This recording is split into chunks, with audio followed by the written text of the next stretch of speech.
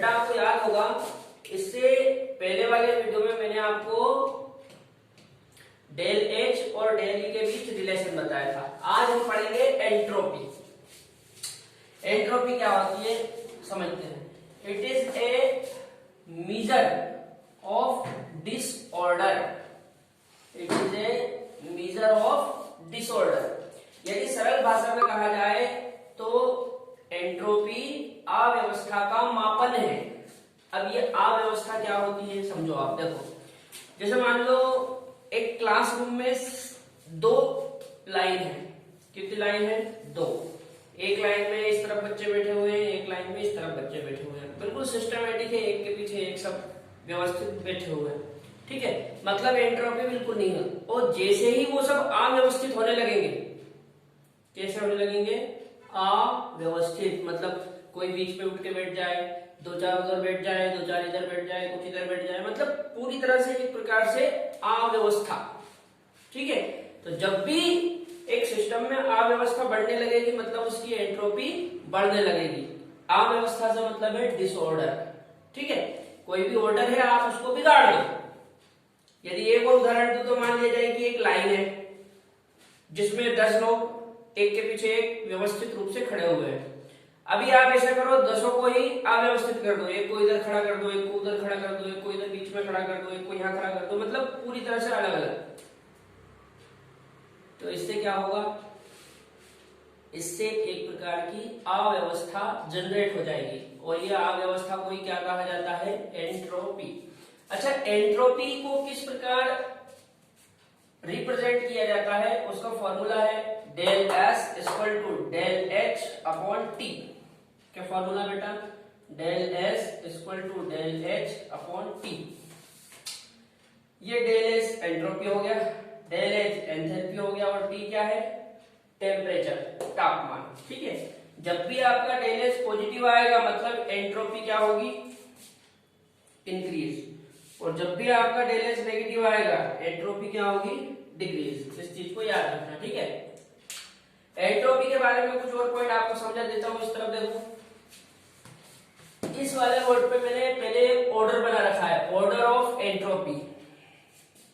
सबसे ज्यादा एंट्रोपी होती है बेटा गैस की, गैस से कम होती है लिक्विड की और लिक्विड से कम होती है सॉलिड की।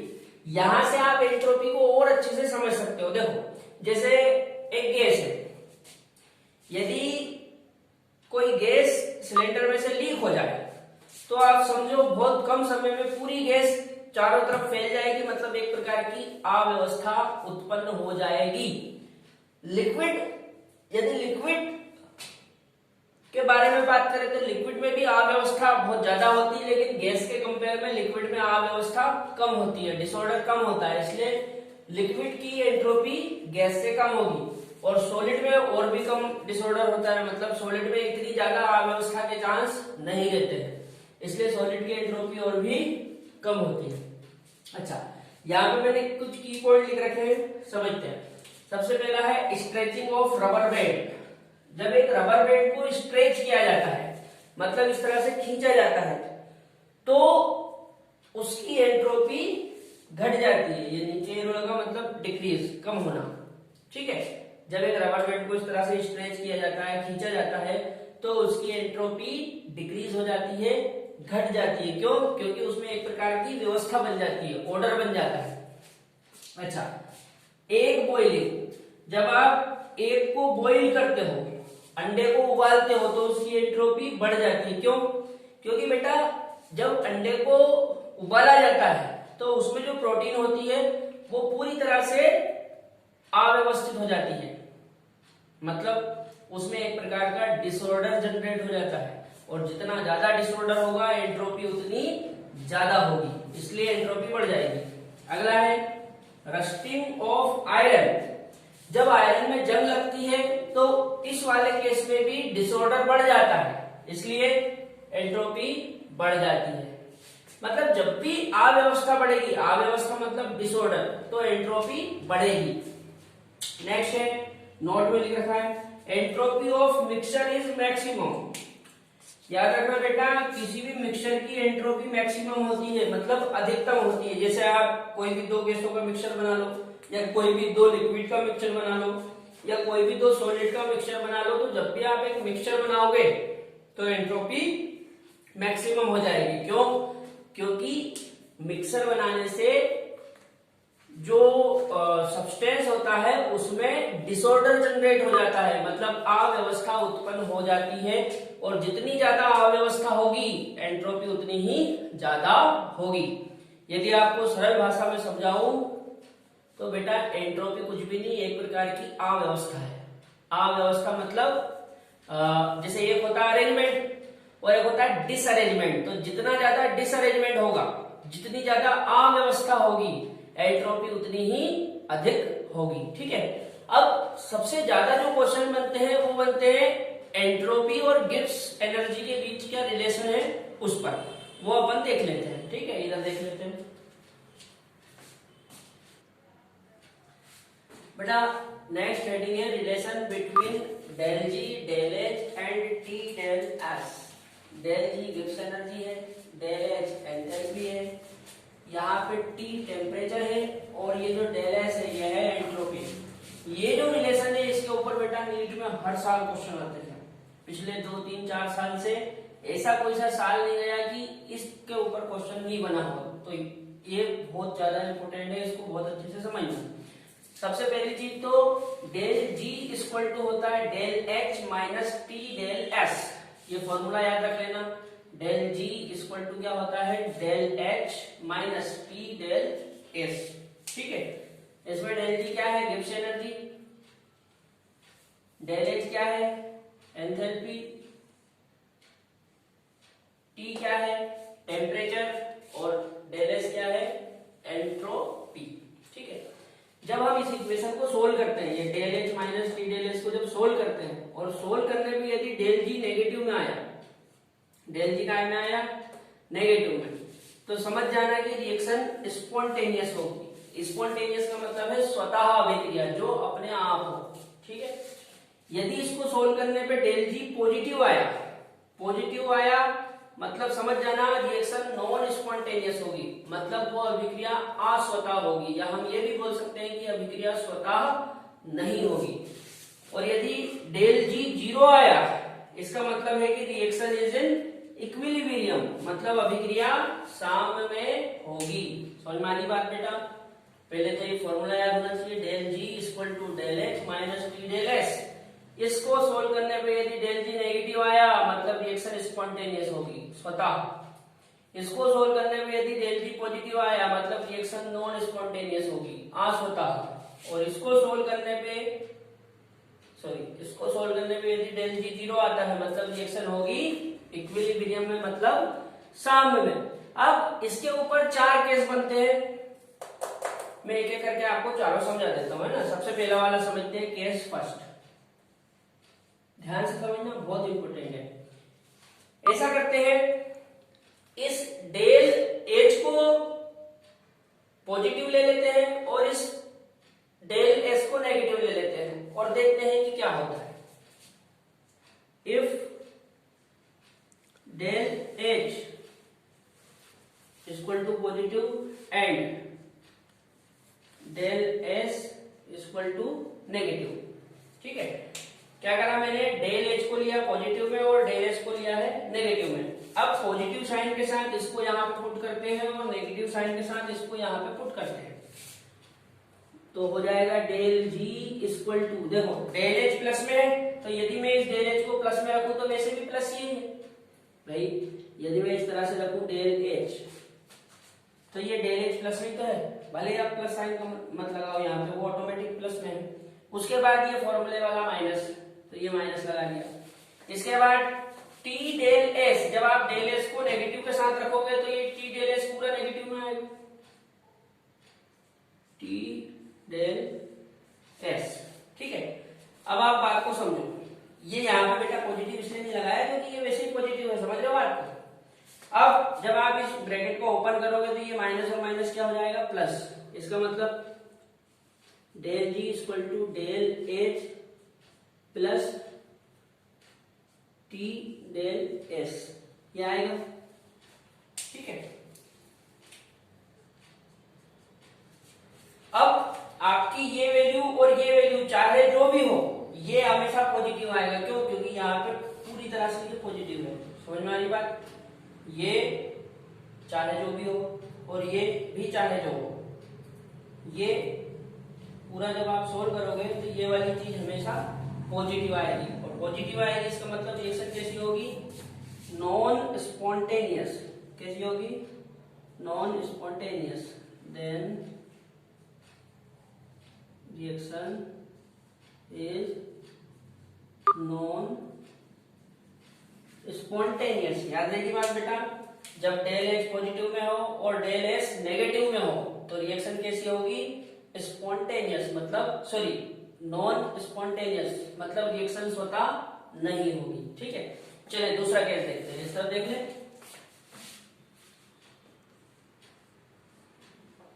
केस सेकंड, मान लिया जाए डेल एच नेगेटिव है। If del H is equal to negative and del S is equal to positive.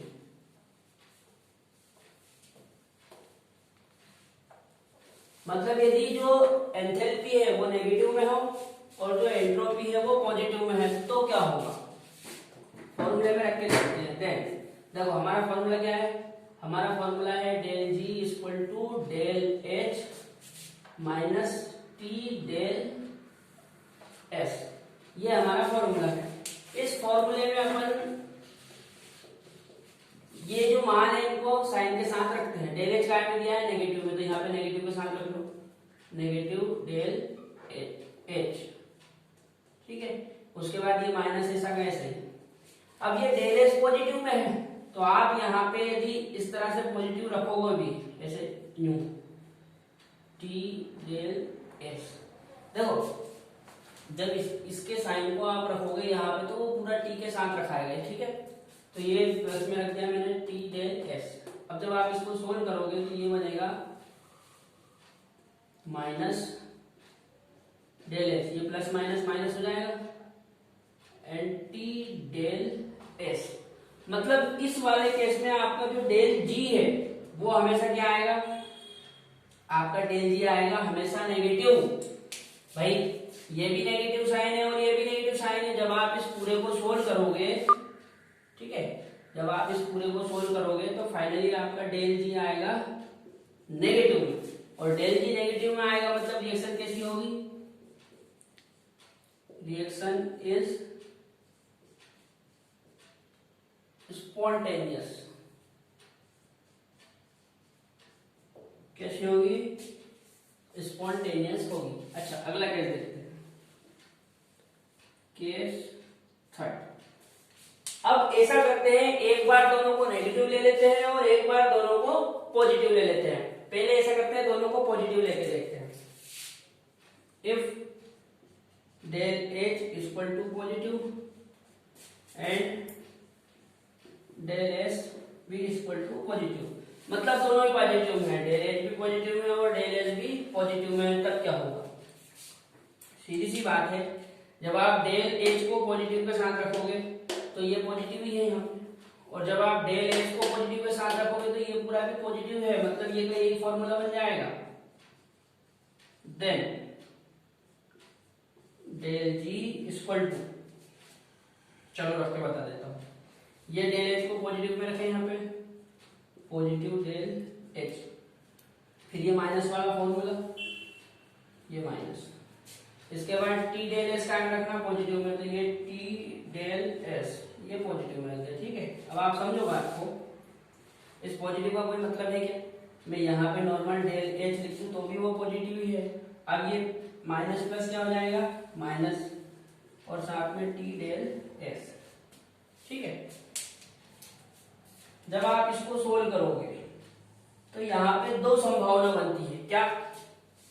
यदि आपका टेम्परेचर ज्यादा हुआ तो ये वाली चीज बढ़ जाएगी और ये वाली वैल्यू बढ़ गई, इसका मतलब ये है कि आंसर आपका नेगेटिव में आएगा। और यदि टेम्परेचर कम हुआ तो ये पूरी वैल्यू कम हो जाएगी, ये वैल्यू कम होने पे आंसर फिर इसके हिसाब से आएगा और ये पॉजिटिव में है। मतलब आंसर पॉजिटिव में आएगा। इसका मतलब ये है कि रिएक्शन कैसी होगी, नॉन स्पॉन्टेनियस। तो यहाँ पे बेटा दोनों गैस बनते हैं, मैं दोनों गैस लिख देता हूं। इफ T इज हाई, यदि टेम्परेचर कैसा हुआ, उच्च हुआ, देन रिएक्शन इज स्पॉन्टेनियस। भाई यदि आपका टेम्परेचर हाई हो गया, ज्यादा हो गया, तो सीधी सी बात है आंसर इसके हिसाब से आएगा। और ये काय में है, नेगेटिव में। मतलब आपका जो फाइनल आंसर आएगा वो नेगेटिव आएगा। और जब भी डेल जी नेगेटिव आता है तो रिएक्शन कैसी होती है, स्पॉन्टेनियस। अच्छा, यही चीज यदि ऐसी हो जाए, इफ T इज लो, यदि टेम्परेचर लो हो जाए, कम हो जाए, फिर क्या होगा, देन यदि आपका टेम्परेचर कम हुआ तो ये वाली वैल्यू कम होगी। यदि ये वाली वैल्यू कम हो गई मतलब आंसर इसके हिसाब से आएगा। और ये पॉजिटिव में है, मतलब आंसर फाइनल पॉजिटिव में आएगा। जब फाइनल आंसर पॉजिटिव आएगा इसका मतलब क्या, रिएक्शन कैसी होगी, नॉन स्पॉन्टेनियस।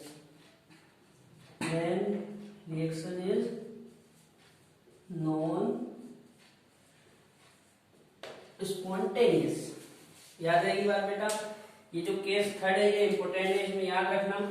इसमें दो केस बनेंगे, डेल एच पॉजिटिव है और डेल एच भी पॉजिटिव है, तो यहाँ पे दो केस बनते हैं। यदि टेम्परेचर हाई हुआ तो रिएक्शन स्पॉन्टेनियस होगी, और टेम्परेचर यदि लो हुआ तो रिएक्शन नॉन स्पॉन्टेनियस होगी। अब यहाँ पे मैंने दोनों को पॉजिटिव लिया था, अब दोनों को नेगेटिव लेके देखते हैं और समझते हैं कि क्या होता है। ऐसा करते हैं, इधर देख लेते हैं। अब इसमें आखिरी केस बच जाता है बेटा केस 4। केस 4 में ऐसा करते हैं, डेल एच और डेल एस दोनों को नेगेटिव में ले लेते हैं। If del H equal to negative and del S equal to negative, मतलब डेल एच भी नेगेटिव में है और डेल एस भी नेगेटिव में है, तब क्या होगा, वैल्यू करके देखते हैं। Then del G equal to del H minus T del S, ये हमारा फॉर्मूला है। ठीक है, ऐसा करते हैं, डेल एच को नेगेटिव के साथ रख दो यहाँ पे, तो ये बन जाएगा नेगेटिव डेल एच, ये फॉर्मूले वाला माइनस। उसके बाद डेल एस भी नेगेटिव में है, तो यहाँ पे ये पूरा नेगेटिव के साथ आएगा, माइनस टी डेल एस। ठीक है, अब इसको सोल्व करते हैं। ये नेगेटिव डेल एच जैसा कैसे, ये माइनस और माइनस क्या हो जाएगा, प्लस, और ये हो जाएगा टी डेल एस। अब यहाँ पे आप बात समझो बेटा, यहाँ पे भी दो केस बनते हैं, क्या समझो चीज को। यदि आपका टेम्परेचर हाई हुआ तो टेम्परेचर हाई होने पे आंसर इसके हिसाब से आएगा, मतलब आंसर पॉजिटिव में आएगा। और आंसर पॉजिटिव में आया मतलब रिएक्शन कैसी होगी, स्पॉन्टेनियस। यदि ये टेम्परेचर लो हुआ तो टेम्परेचर लो होने पे ये पूरी वैल्यू कैसी हो जाएगी, लो, तो आंसर आपका इसके हिसाब से आएगा। इसके हिसाब से आएगा मतलब नेगेटिव में आएगा, और नेगेटिव में आएगा इसका मतलब रिएक्शन होगी स्पॉन्टेनियस। समझते हैं, if T is high then reaction is, देखो यदि आपने टेम्परेचर को हाई कर दिया मतलब इस वाली चीज को आपने बढ़ा दिया, ये टेम्परेचर हाई हो गया मतलब ये पूरा बढ़ जाएगा। ये जब पूरा बढ़ जाएगा तो आंसर इसके हिसाब से आएगा, मतलब पॉजिटिव में आएगा। और आंसर पॉजिटिव में आएगा मतलब रिएक्शन नॉन स्पॉन्टेनियस होगी। Then reaction is non spontaneous. लेकिन इसी चीज को मैं उल्टा कर दूं, इफ T is low देन समझो बात को, यदि टेम्परेचर लो कर दिया जाए मतलब कम कर दिया जाए, यदि टेम्परेचर कम कर देंगे तो ये वाली चीज कम आएगी, घट जाएगी, मतलब आंसर किसके हिसाब से आएगा। यदि आंसर इसके हिसाब से आया तो ये नेगेटिव में है, इसका मतलब फाइनल आंसर नेगेटिव में आएगा। और यदि फाइनल आंसर नेगेटिव में आया मतलब रिएक्शन कैसी होगी, spontaneous, then reaction is spontaneous. ये चारों केस बहुत इंपॉर्टेंट है बेटा, याद रखना आप, इनके ऊपर हर साल क्वेश्चन आता है, ठीक है।